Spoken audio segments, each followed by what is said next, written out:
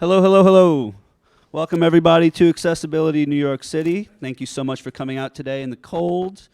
So today is a first for our meetup.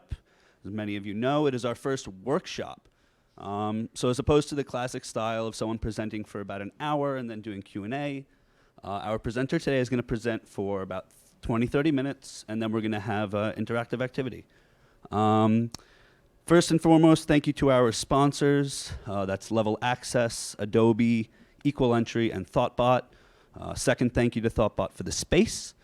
I think that's it. Without further ado, I'm going to introduce Lauren Race, our presenter today. Lauren is an Accessibility Research Fellow at NYU. Lauren, you have the floor. Hi, everyone. How are you? Okay, so I'm driving two laptops, so I hope you'll bear with me if I get turned around on my presenter notes and my slides. So we're gonna go with it. So hello, my name is Lauren Race. I'm with the NYU Ability Project. So the A11Y meetup was a really supportive community to me when I was in grad school at NYU. So I am so excited to be here, and I'm really glad you guys are having me tonight. So thank you. Tonight I'm going to talk a little bit about tactile design for accessibility, and for accessibility purposes I'll be describing the images on the screen as needed. So a little bit about myself. I have a BFA from Pratt Institute in communications design with a minor in art history. So I have a very formal art and design background. And while I was at Pratt, I learned one type of design, which was visual design. So that could be typography, it could be color theory, light, composition. And as you can imagine, visual design has a lot of challenges with accessibility. So I applied these principles for 10 years in ad tech as an art director, where I developed interactive experiences that told stories about brands. So I worked at like an old ad agency called BBDO. I worked at more of a product-based place called Razorfish. I had a couple freelance stints at RGA. But at those places, I was really focusing on the brands and their stories. But as I got more into the tech side of things, I got more interested in what people would use versus what people would buy. So I shifted my focus from the brand to the user, and I knew grad school was a good way to go about that, so I applied to NYU ITP. ITP stands for Interactive Telecommunications Program. It's a weird name, weird little program, but I like it to describe it as a creative tech program that focuses on the intersection of technology and art. So while I was there, I took an accessibility design class, and I got completely hooked and focused on that for the rest of my time in grad school. While I was there, I was introduced to non-visual design, which got me extremely excited as a visual designer because it felt like a great way to build on this visual design background that I had.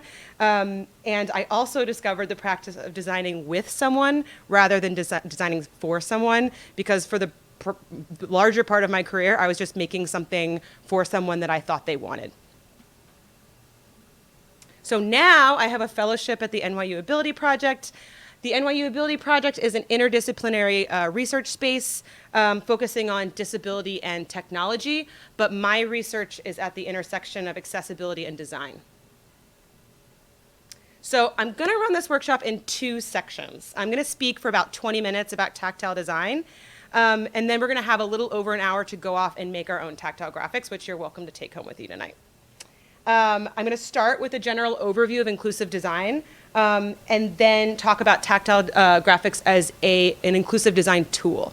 So how and why we use them. Then I'm going to share a use case from the NYU Ability Project from our research last year, as well as standards and best practices for tactile design, and then we're going to go off and make our own. So first I'm going to do a recap of what I want to tell you in this talk, the four main takeaways I want you to walk away with tonight.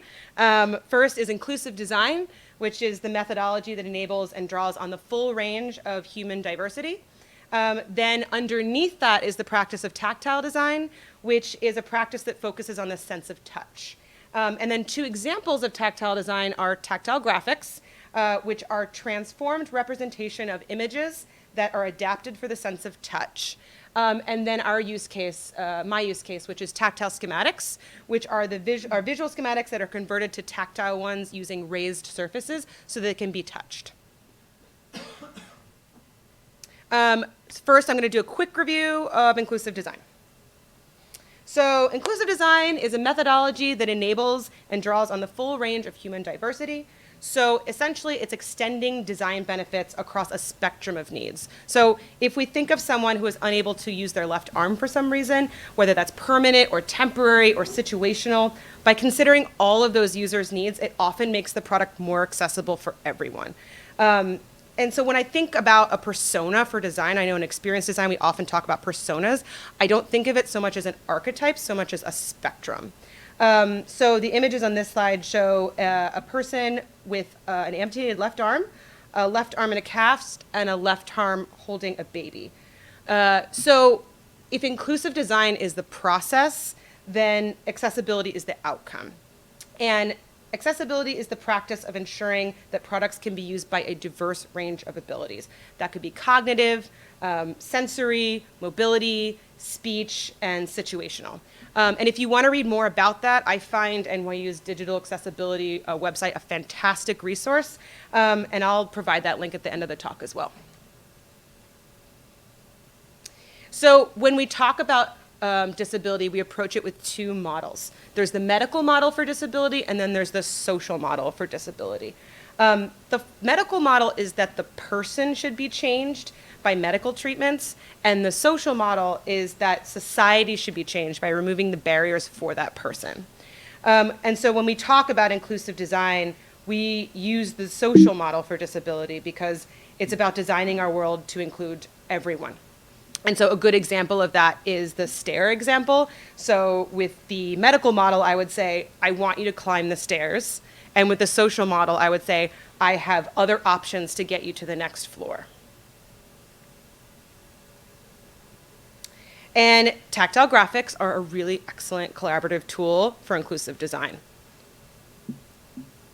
So tactile graphics communicate the same information that a sighted person would receive from looking at an image using tactile raised surfaces. They're a learning material option for blind and low vision learners or even tactile learners, and it's often in educational settings. But for tactile learners in industry settings, that could be meaning like sighted designers can touch their designs. You can make your low fidelity prototype tactile. So oftentimes when we talk about visual design, we talk about 2D design, but 2.5D design opens up a whole new world of design possibilities. The image on this slide shows hands exploring the relationship of the Earth and the Moon with an embossed surface and braille labels. So when do we make them? First, when the object is unavailable, like the stars, when the object is too small, like an insect, when the object is too large, a tree, when it's difficult to explain, like the phenomenon of a rainbow, it cannot be touched, like a snowflake that would melt, or maybe like a poisonous snake, or the size relationship needs describing, like an elephant versus a man.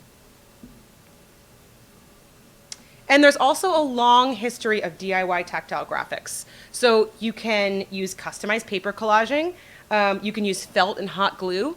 Oftentimes people will use wiki sticks, or you can use found objects. But the problem with these is that they're singular graphics that are really hard to reproduce. There's only one of them, right? And the images on this slide show a handmade collage of a lake, a hill and a sun, a felt book of 2 flowers and pots next to a hot glue gun, kids touching a graphic using wiki sticks, and tree planted in grass with roots using stick leaves and astroturf and straws. But the good news is there are 3 other ways in which you can reproduce them. The first way is embossing, which is great, but it's a dot matrix, so you lose a lot of detail. And it's also too low contrast for low vision learners, but it is ideal for Braille. So the image on this slide shows hands touching an embossed graphic of moon cycles, where the Braille labels are high resolution and very readable, but the moon phases are really low resolution. There's vacuum forming, which requires expensive equipment, and the image shows a vacuum form graphic of a rabbit and a frog with its accompanying mold. And then there's microcapsule printing, which uses a fuser, black ink, and microcapsule paper. I use this technique because it's reproducible and it's high contrast for low vision learners. The image on this slide shows a microcapsule graphic of a house and an apple tree. So, our chosen method. For microcapsule printing, you use microcapsule paper, a fuser, and some form of carbon. The fuser produces heat that makes carbon on the paper puff up.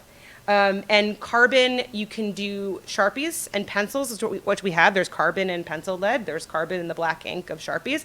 But you can also use a printer, like an inkjet printer or a laser printer. The images on this slide show boxes of microcapsule paper, black fuser with a tactile graphic coming out of it, and a rock of carbon. So in terms of user flow, step one would be to add ink to the microcapsule paper. The image shows designers using pencils and Sharpies to draw on microcapsule paper. Step two would be heat the fuser to medium. And the image shows a close-up of a fuser dial set to medium. So the machine takes a couple minutes to warm up. These are currently on and chugging away.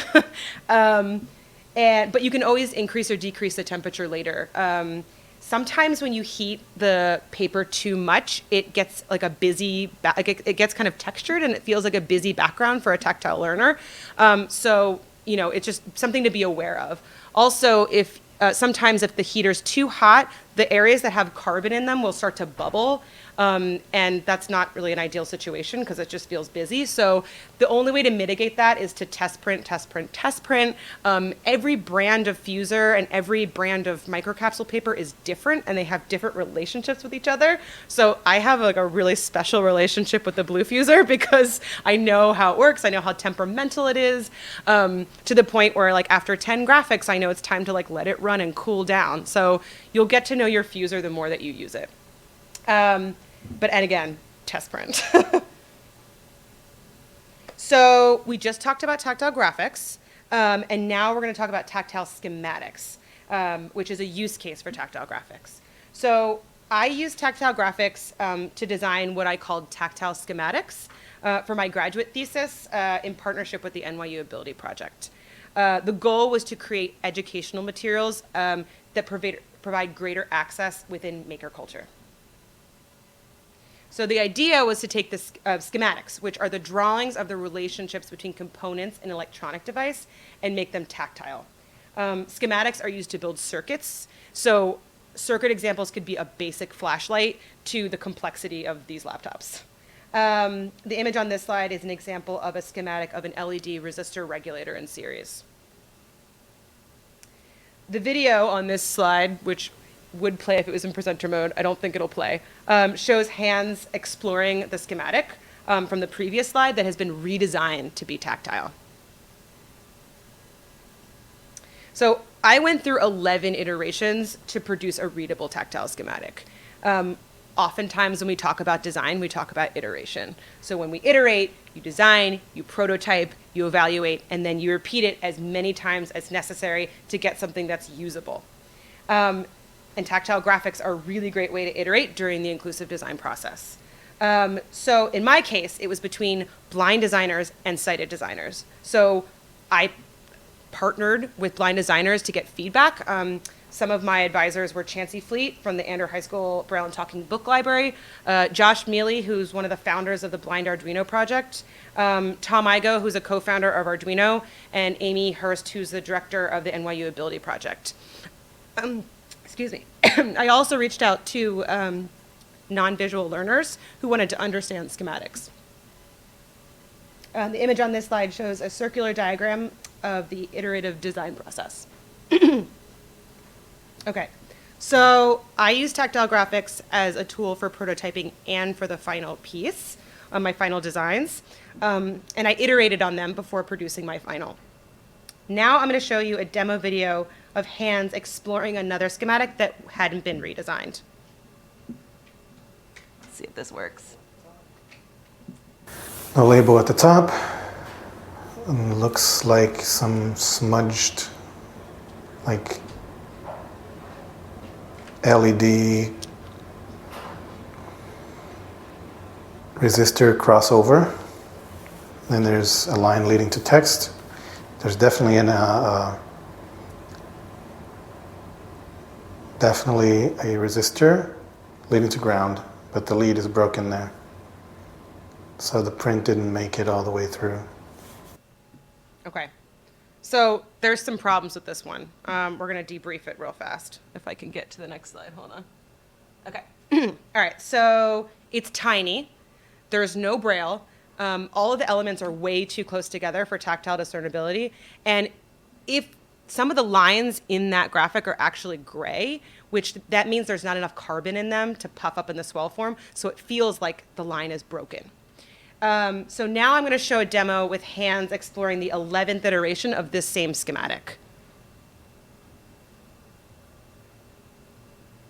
Here's a label up top, analog in, voltage in, it says plus V, and goes into a variable resistor, which is a resistor sign with a squiggle line through it. Then this line goes into, it says input to microcontroller, and it also continues down through a resistor and into ground. Okay.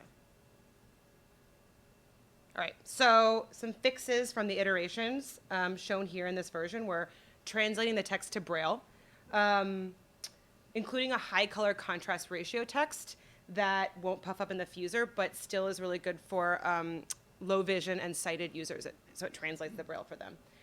Component symbols with optimal sizing, and also a slash in the upper right-hand corner so you know how to hold the page. You can download all 50 of the schematics for free at tactileschematics.com. And you can also download a free workflow and style guide with templates so you can make your own. And you don't have to make schematics. You can also just use the templates to make your own tactile graphic. And if you want to read more about our research, the site has a link to the academic paper I presented at Assets, which is an accessibility conference this past October. So how do we unpack all of that for what we're going to be designing tonight? I'm going to leave it super open for you. You can design whatever you want with Sharpies and pencils, but we're just going to go over some standards. So after all the research that I did, I was able to put together my own set of design standards and best practices. And so for tonight, I want you to consider 4 of them for tactile discernibility. And what I did builds on existing standards. So if you want to learn more, I love the Braille Authority of North America's standards. It's really dense, but it's really awesome. It's at brailleauthority.org. Or Polly Edmond has a fantastic book called Tactile Graphics. And again, I'll provide all these citations at the end of the presentation, but they're 2 really fantastic resources. So one is you put a slash in the upper right-hand corner of the page for page orientation, triple slash. You can also, another workaround is you can just snip the upper right-hand corner page off with a pair of scissors. I don't know if you've ever noticed this, but your Metro card has the upper right-hand corner missing on it, and it's so that someone can feel how to hold it when they're swiping it through the machine. So I don't know if that'll help you, like when you're digging through your bag, but I can't unsee it. So, okay. Also, 1 graphic per page. You take up as much of the page as possible. The smaller your graphic is, the more you lose detail. So the image on this slide shows small ducks on 1 page with an X through it, and then the second image shows 1 large duck on 1 page with a green check mark. Hollow is more discernible than solid. So an outline is easier to trace and build a mental image of than kind of like a blob, if you can imagine that. So the first image shows a solid image of a duck with an X through it, and the second image shows an outline of a duck with a green check mark. And you put about a quarter-inch breathing room between all of your elements, and this helps to delineate between elements of your design. The first image shows a duck with the water line right on its stomach with an X through it, and the second image shows a duck with the water line moved slightly away from its stomach with a green check mark next to it. So I'll bring these standards up again when you guys are designing them. But first, I want to come full circle and just do a recap of the 4 main takeaways of the talk. So first being inclusive design, which is our methodology that enables and draws on the full range of human diversity. And then underneath that is tactile design, which is a practice that focuses on the sense of touch. And then the 2 examples of that, which are tactile graphics, which are transformed representations of images that are adapted for the sense of touch, and tactile schematics, which is my use case, which are visual schematics converted to tactile ones, creating raised images that can be read by touch. And here are some helpful resources for tactile design if you want to learn more. I also, if you're interested, have an intro to accessibility one-pager. If anyone's interested in having a bunch of resources at their fingertips, shoot me an email, which will be on the next slide, and I will send it to you. Thank you so much to my advisors, Chancey Fleet from the Andrew High School Braille and Talking Book Library. Thank you to Josh Mealy from the Blind Arduino Project. Thank you to Tom Igo at ITP. And thank you to Amy Hurst, the director of the NYU Ability Project. Thank you. And now we're going to design our own. And I'll come around with questions too. Yes, Antonio. That email on last slide. The mic for questions? Yep. Mm-hmm. Sure. Can you read your email address on the last slide? Yeah, sure. It is lauren.race, R-A-C-E, like a car, at nyu.edu. Thank you. Okay, so now I'm going to come around and pass out some papers. I'm also going to ask you guys, when you're done, to Joseph's going to come around and I want you to describe your final design so people from home can know what you've made. Yeah, so for the next 15 to 30 minutes while we do the workshop portion, we're going to shut off the live stream so that people don't have to watch us playing around for 30 minutes. All right, Okay, so they're going to cool. see a straw. That's cool. That's cool. And then once we've finished with the actual workshop portion of making our designs, then Lauren's going to ask a few of you, whoever wants to share what they drew and discuss the process of making it. And then we'll wrap up for the night, all right? It's a good exercise in describing your images. One thing I want to point out, just as an awareness thing, with assistive technology, a lot of the stuff is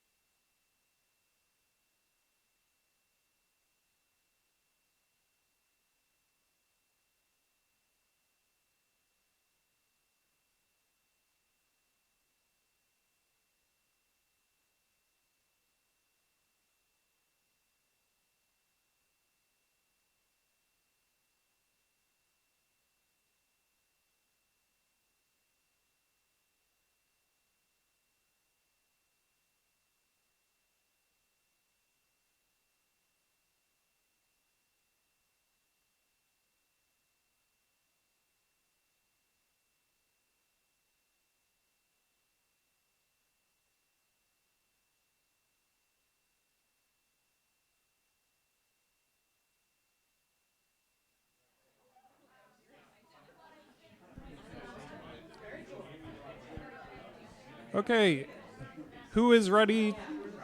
Whoop, in front of everything. Is this on speaker as well?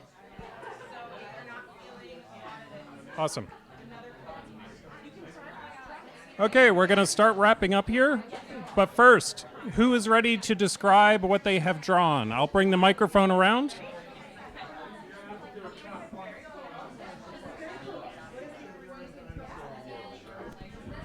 Hello? Hello?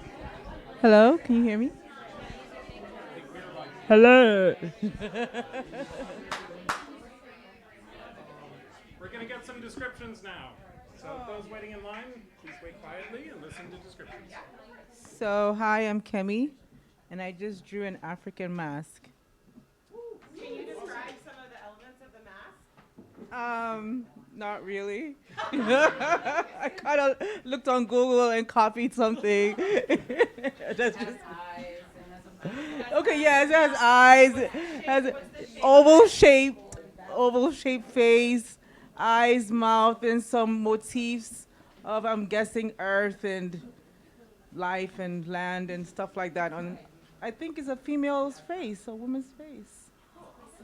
Yeah, so maybe when you're describing your piece, start with like the size of it and then talk about the composition of it when you're describing it. So talk about the size of it first and then the composition.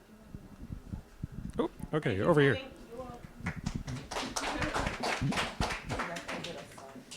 So I did the chemical structure of vitamin C, and it takes up where is it? Oh, hello.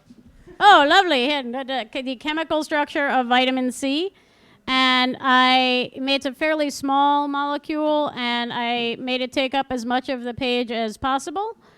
And I use the regular uppercase letters per advice rather than trying to do Braille. And I tried to make sure to space out things like the double bonds so it would be clear that it's not just a thicker bond, especially in contrast to whatever in the world the triangle-y thing is that sticks off of one corner. And then the sort of Wi-Fi-like thing that comes off of the triangle thing, I wanted to make sure felt different. I obviously don't remember my chemistry as well as I could have otherwise. But yeah, so I tried to make everything as distinct and broad and thick and simple but clear as possible. Woo! Awesome. Nice. Woo-hoo. Impressed. All right, who's up next? Oh, awesome. So I drew a sun, and I have a microphone voice. So my sun has a happy face and a lot of rays. So I figured that would be easy to describe if I was put on the spot. And I put the words, also letters, but I also put the, what's that other letters called? When people don't read Braille. The traceable text. I gave up on the Braille part because I really couldn't figure those dots out. And then I tried to put the orientation on the page as well. All right. Next up.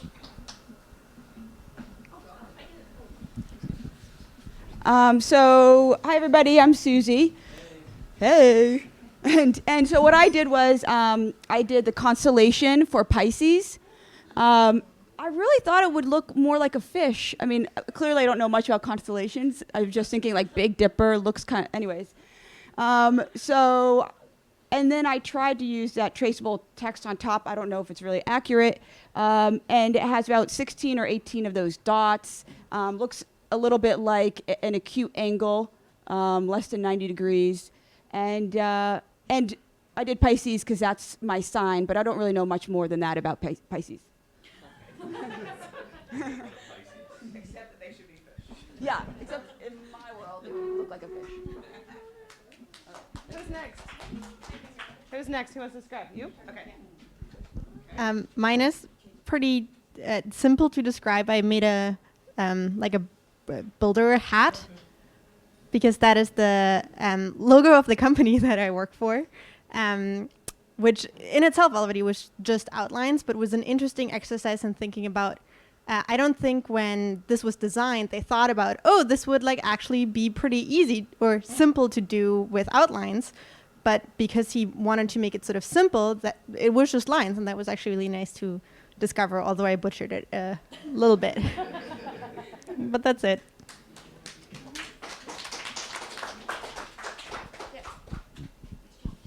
Hi. So I have a graphic organizer for an opinion essay, and it's meant to be used in K-5 classes. So it's 3 boxes. Each of the boxes is labeled detail, so detail, detail, detail, and they lead to the box for opinion. That's it. Who else on this table?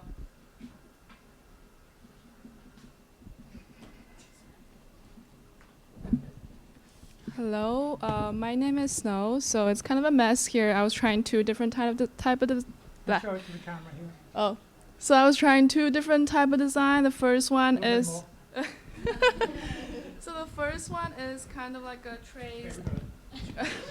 Yeah. So the first one is kind of like a trace out of my hand with like totally different patterns with where the fingertip is. So, because I was trying to, see if that can be like a guide for, for people to place their fingers. Because sometimes in museums or like whatever situation, like, you need to put your face on some kind of machines. And the second type is like cubes. So I was interested in like how to represent the depths of space with this, because of the limitation of like having to use black line. I was just curious what kind of like creative freedom can we get out of this. So I was drawing a cube for the face that's like closer to where human eyes is. I gave a thicker line and more layer with Sharpie, so it's like it pop up more prominent on the paper. And for what's like supposedly further away from the human eye, I just used pencil and just like 1 layer, so it's like less popped out on the paper. So it came out okay. Yeah.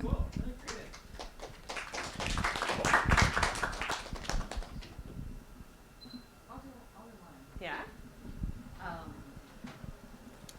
So someone at our table is in the museum space. So this is a famous painting by Rene Magritte.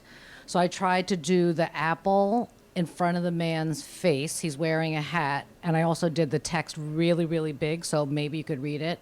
I wasn't sure if the braille would come out above each line, so I just made the lines really big space. And I also did what you said, and nothing touches, the lines don't touch. So hopefully someone who has a vision impairment could appreciate this painting in a museum.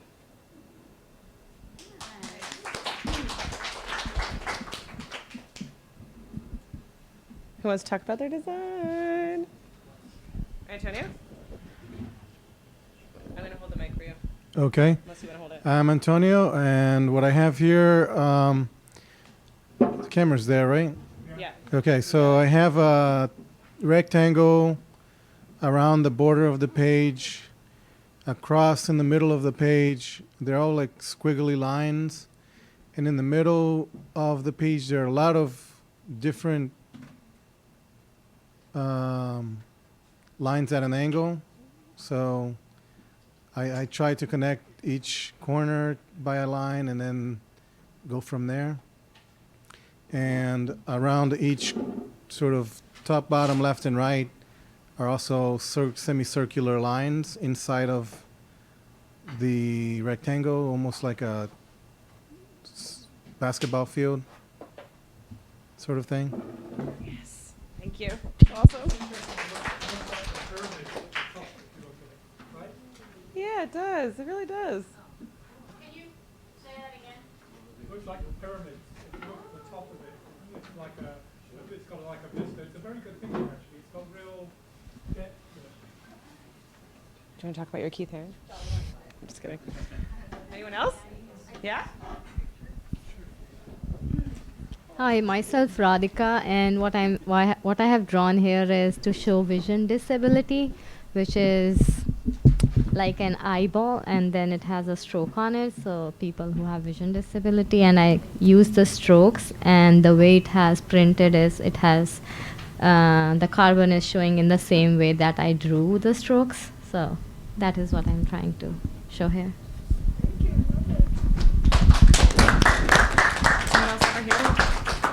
Hi, I'm Rebecca.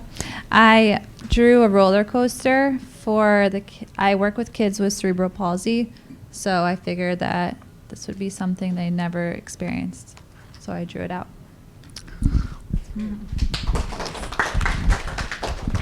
We have time for 2 more. Yeah? I'm Kevin, but I wouldn't know what to call this. Maybe I'll call it like a word maze or something. And here, camera. And I just started writing, and I came to a conclusion that none of these words have a relation towards anything. So we'll start off with, what do you love? Bananas, family, isolation, imperfections, tolerance, aggression, Paul Rudd, ignorance, torpidness, Martin Scorsese. And then in the end of it, it says, regardless of what you love, I hope it directs your life. So I guess it's saying that I kind of wanted them to be lost and confused and be like, oh, wait, it doesn't really matter because I love what I love. And that's it.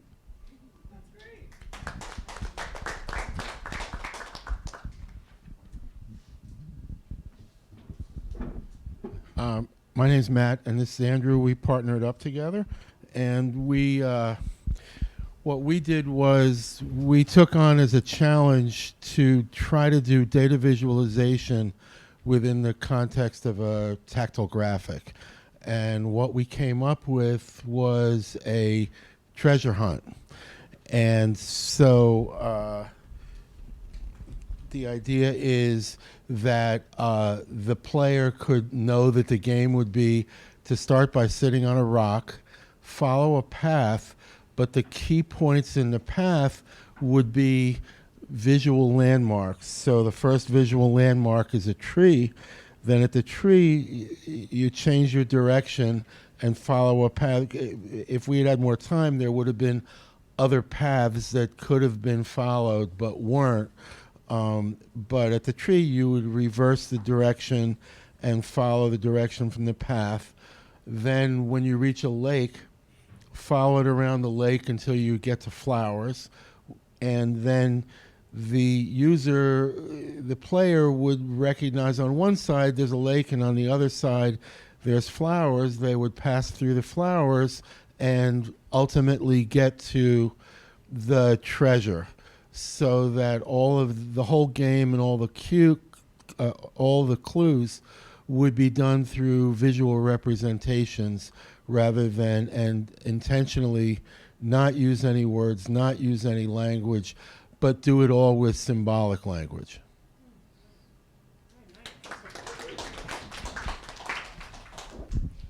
Thank you. So I'm going to go last. So I did the Accessibility New York City Meetup logo, and I managed to get the Braille actually tactile, which is awesome. Oops, sorry. Awesome. So for those who can't see the visual of it, so it is a stylized kind of design like the Empire State Building, and it has A11Y NYC in the main body of the building. And I confess I didn't do the entire Braille by memory because I forgot the delineation for starting letter again. But I got the logo more or less kind of messy, but there.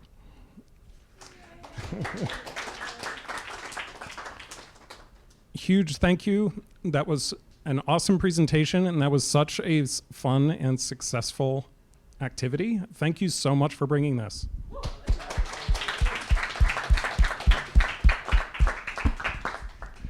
So thank you also to ThoughtBot for hosting. Thank you, Jolly and Internet Society of New York. Thank you, Mirabai and White Coat Captioning for handling all of the captioning. And thank you to all of our sponsors. We have Adobe, we have Equal Entry, Level Access. I'm forgetting one. I think ThoughtBot. So we can hang out and check some things out for a bit longer. I know that we had an announcement from Cooper Union. And oh, okay, thank you. So yeah, our friends at the Cooper Hewitt Smithsonian Design Museum, who's, as some of you know, have hosted and presented at the Accessibility New York City meetup, are hosting an event on body storming access interaction lab workshop this next Monday, December 9th. And that's at the Cooper Hewitt Design Museum, the Smithsonian Design Museum on the Upper East Side. So December 9th, 6:30 to 9. Definitely check it out. We love those guys. Oh, that's it, guys. Wrap. Thank you so much, Lauren.